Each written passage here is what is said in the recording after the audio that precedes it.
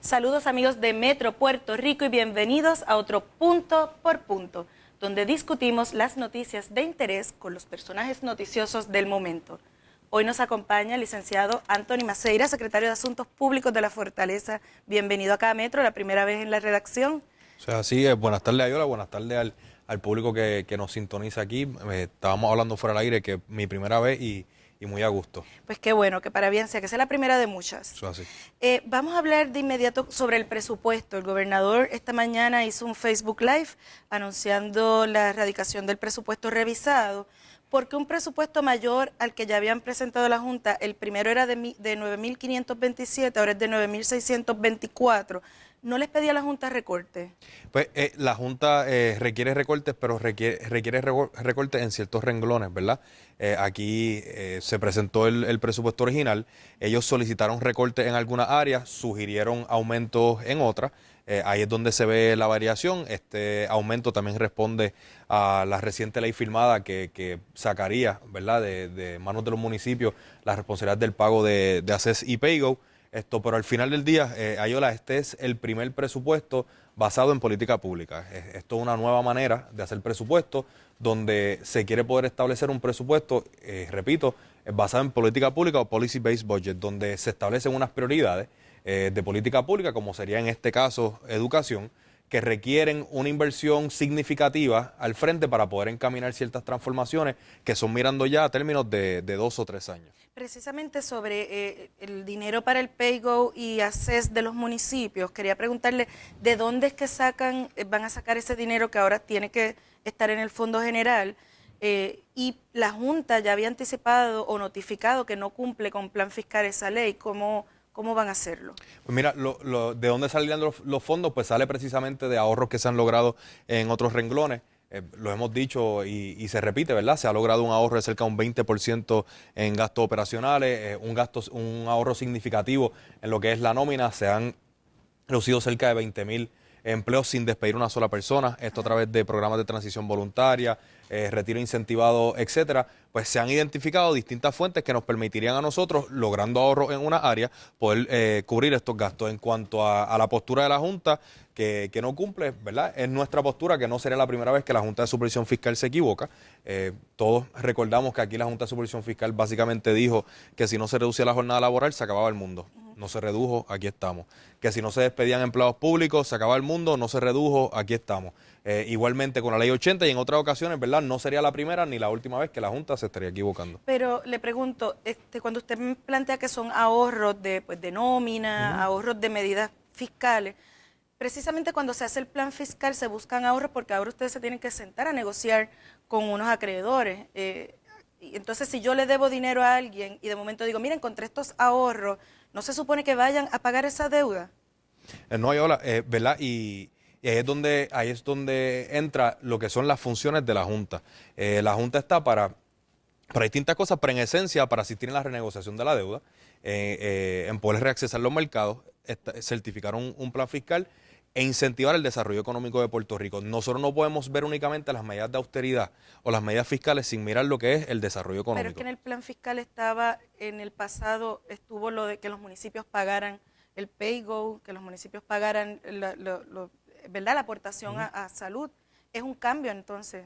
Sí, no, es un cambio en política pública, porque si bien es cierto que en la ley estaba la obligación de pagarlo, todo el mundo conoce lo que es el resultado, que la gran mayoría de los municipios no han tenido la capacidad de poder pagar esto, así que ¿de qué nos sirve tenerlo en un presupuesto si al final del día no se cumple, ¿verdad? Y es ahí donde, tomando en consideración distintos elementos, pues el gobernador determinó que como cuestión de política pública se iba a firmar la ley y se incluye en este presupuesto en los fondos para poder cubrir esa necesidad. ¿El presupuesto se envía a la Junta, se envía también a la legislatura? No, todavía se envía a la Junta.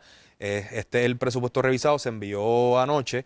De hecho, y aprovecho y lo digo aquí, se estará publicando en la página de internet de la Oficina de Gerencia y Presupuesto, igual que se hizo con el pasado. Se espera un feedback adicional de la Junta. Todavía, por ejemplo, del punto de vista del gobierno, hay unas cosas que no quedan claras en cuanto a unos puntos que trajo la Junta. Igualmente ellos traerán sus puntos, pero próximamente entonces se presenta la resolución conjunta ante la Asamblea Legislativa. ¿Y habrá mensaje de presupuesto en ese momento? Sí, sí, habrá su mensaje de presupuesto en el que el gobernador, cumpliendo, ¿verdad?, con lo que es las disposiciones constitucionales, presentará ante la Asamblea Legislativa lo que es el presupuesto de Puerto Rico. El presidente del Senado ya dijo públicamente que una de las posibilidades es no aprobar el presupuesto si la Junta insiste en lo de los recortes a las pensiones y mantenerse con el presupuesto vigente. ¿Ustedes han dialogado esa alternativa con el Senado? Se han dialogado, se dialoga continuamente con los presidentes legislativos sobre distintas, ¿verdad?, medidas. En el caso particular de las pensiones, no es un secreto que estamos todos alineados, aquí no se van a tocar las pensiones. Y ahí es donde entra entonces el debate jurídico de cuál es el alcance de los poderes de la Junta. Nosotros entendemos que la ley es más que clara, que un plan de ajuste que requiera una reducción de pensiones requeriría legislación. La ley promesa no tiene una disposición que le permita a la Junta unilateralmente eliminar una ley. O sea, que pasaría como, por ejemplo, con Ley 80. Esa es la comparación, ¿verdad?, que todo el mundo puede recordar, donde la Junta decía nuevamente que si no se hace un cambio, aquí se iba a acabar el mundo, no pasó la legislación y la Junta no tuvo la facultad legal para poder implementar eso unilateralmente. Y es ahí, ¿verdad?, donde nosotros hemos trazado la línea que no se pasa la legislación para poder llevar a cabo ese recorte. En otros temas, hoy 6 medios de comunicación se unen para reportar sobre los cientos de documentos de planes de implementación, informes de progreso del gobierno de Puerto Rico a la Junta. El resultado general del examen es que no se han alcanzado los cambios estructurales. ¿Habrá algún cambio de estrategia para que se pueda agilizar el movimiento hacia esos cambios que el gobierno pues desea y que los tiene ahí en sus planes? Pues mira, Ayola, respetuosamente tengo que diferir de la premisa. Creo que decir que no se han logrado los cambios estructurales, pues... Es que está reportado así en los informes. Bueno, los informes tienen ¿verdad?, unas metas que se quieren alcanzar y en los mismos informes o los mismos planes de implementación contienen pues unos riesgos que existen, ¿verdad?, ciertos triggers que si se dan, no se dan. Aquí la realidad es que se han encaminado distintos cambios que no estamos donde, ¿verdad?, al 100% donde queremos estar, pues, ¿verdad?, siempre hay espacio para mejorar. Definitivamente se está mirando a lo mejor qué medidas han podido retrasar la implementación de ciertos cambios para poder hacer ajuste ahora. De hecho, ahorita se reúne el PMO de nuevo gobierno, cuyo trabajo es precisamente dar continuidad a estos trabajos de la reestructuración gubernamental, identificar áreas donde podemos mejorar, qué cosas podemos agilizar, pero ¿verdad?, aquí ya se aprobó y se ha estado implementando lo que es la reorganización del componente de seguridad, del de desarrollo económico, entre otros. Actualmente tenemos ante la Asamblea Legislativa el del Departamento de Transportación y Obras Públicas, el del Departamento de la Familia. Estos dos en particular, por ejemplo, tienen unos triggers, unas cosas que se tenían que dar que no dependían de nosotros. Y es que requieren un aval o una postura federal. Y ahí es donde, por ejemplo, se contaban con una fecha para poder llevar a cabo ciertas cosas y al no haberse obtenido en la fecha que se habían proyectado, pues no se ha podido finiquitar eso. Tengo duda, el de la familia se radicó, entiendo que no. No, discúlpame, ese no se ha radicado, ese se está trabajando, y gracias, ¿verdad?, por la aclaración. Se está trabajando precisamente porque faltaban unos comentarios de DHS. En esos planes de implementación, informes de progreso, las agencias, como usted plantea, especifican cuáles son los riesgos o qué cosas pudiesen retrasarlo, y se plantea que hubo resistencia a, por ejemplo, el retiro incentivado, al empleador único por parte del mismo personal.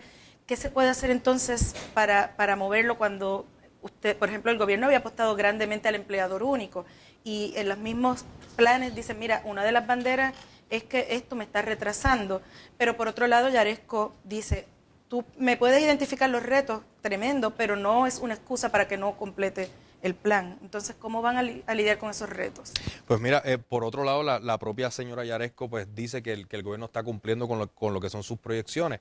En cuanto a estos retos, pues en el caso del retiro incentivado, por ejemplo, al principio había mucho desconocimiento.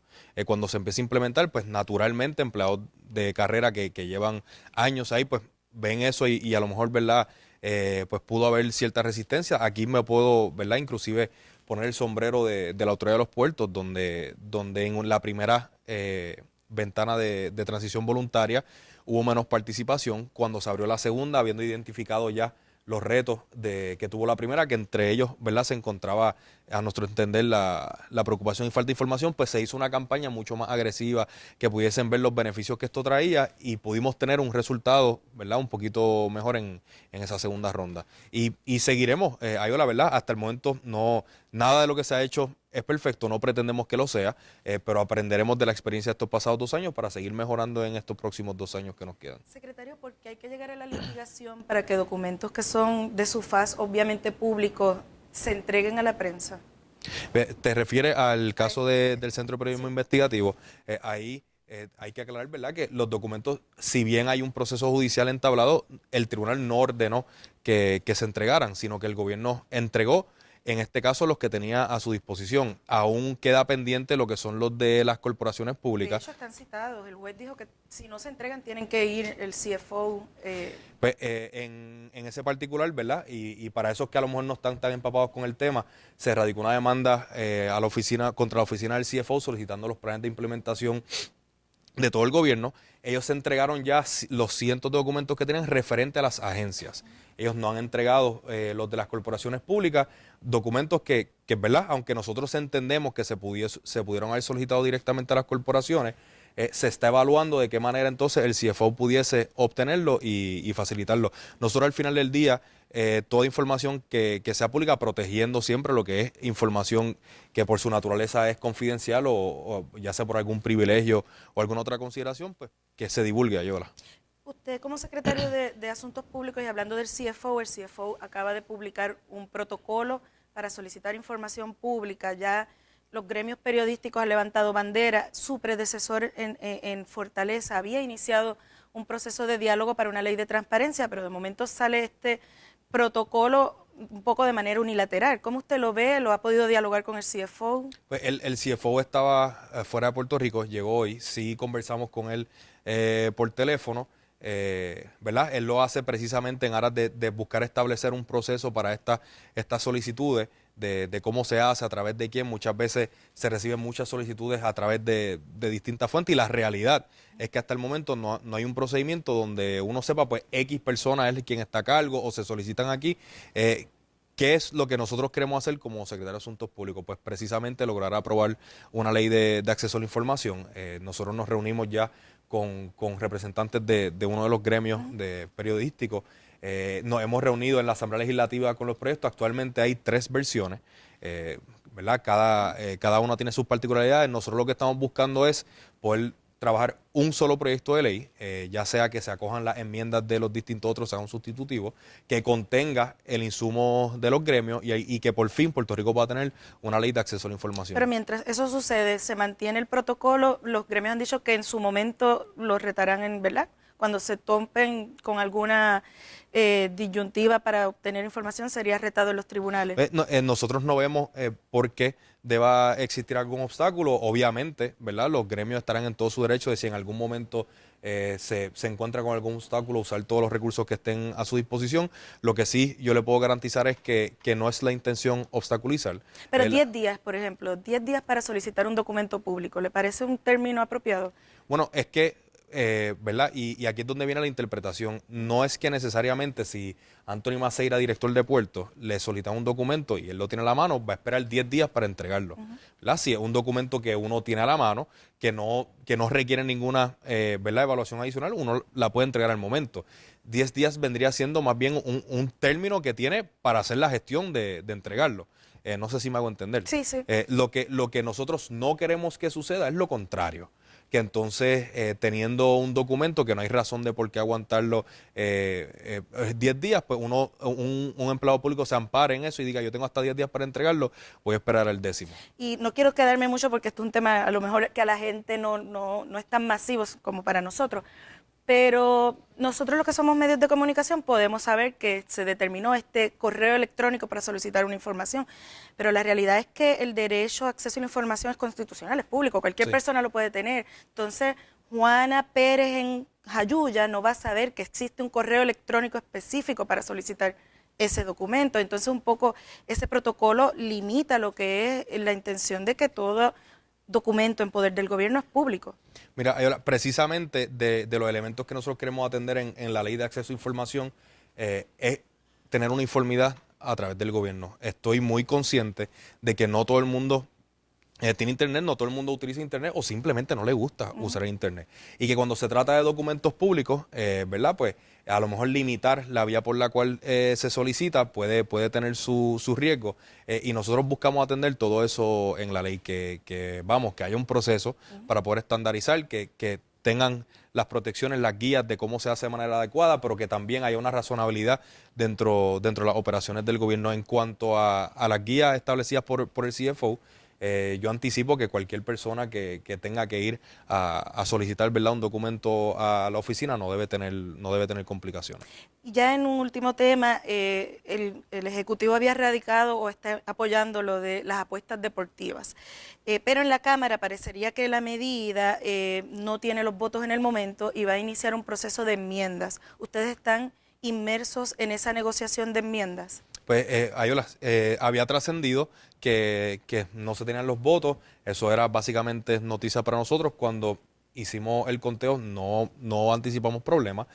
Como muchos proyectos de ley, pues el proceso de aprobar legislación es uno dinámico, donde en este caso se presenta un proyecto, pero los distintos legisladores con inherencia están en su derecho constitucional de hacer las enmiendas que ellos entiendan necesarias. Estamos en un proceso de negociar. Hay unas líneas, ¿verdad?, que nosotros como ejecutivo, como política pública, pues no le daremos paso, pero estamos abiertos a escuchar todas las sugerencias y que al final del día Puerto Rico pueda convertirse en un centro no solamente de apuestas deportivas, sino el hub en el Caribe para también impulsar lo que es el eSports y esta otra industria que pudiese traernos nueva actividad económica. De hecho, es algo que está avanzando bastante en los estados, así que ojalá no que solamente puedan... los estados, el caso de los eSports y esta parte sí que me la vivo porque yo soy gamer. Okay. Aquí yo estoy en chaqueta y corbata, pero me encanta en mi tiempo libre poder Fortnite y distintos juegos, ¿verdad?, que cualifican como eSports. No solamente en Estados Unidos, o sea, a nivel mundial esto es una industria que está creciendo a niveles exponenciales. En Brasil es una industria, o sea, es multimillonaria, donde se celebran eventos de miles de jugadores, donde sus familias van a verlos participar y hay distintas maneras que esto pues crea esa actividad económica y eso es precisamente lo que queremos traer a Puerto Rico y estamos confiados en que los representantes de la Cámara quieren el mismo fin. ¿Verdad? Lo que pasa es que a veces en los detalles, pues donde puede haber alguna diferencia, pero yo estoy seguro que al final del día llegaremos a un consenso y Puerto Rico tendrá su ley para apuestas deportivas e eSports. Licenciado Maceira, muchas gracias por estar con nosotros en Metro. Ustedes, amigos de Metro Puerto Rico, manténganse conectados a todas nuestras redes para mantenerse bien informados. Saludos.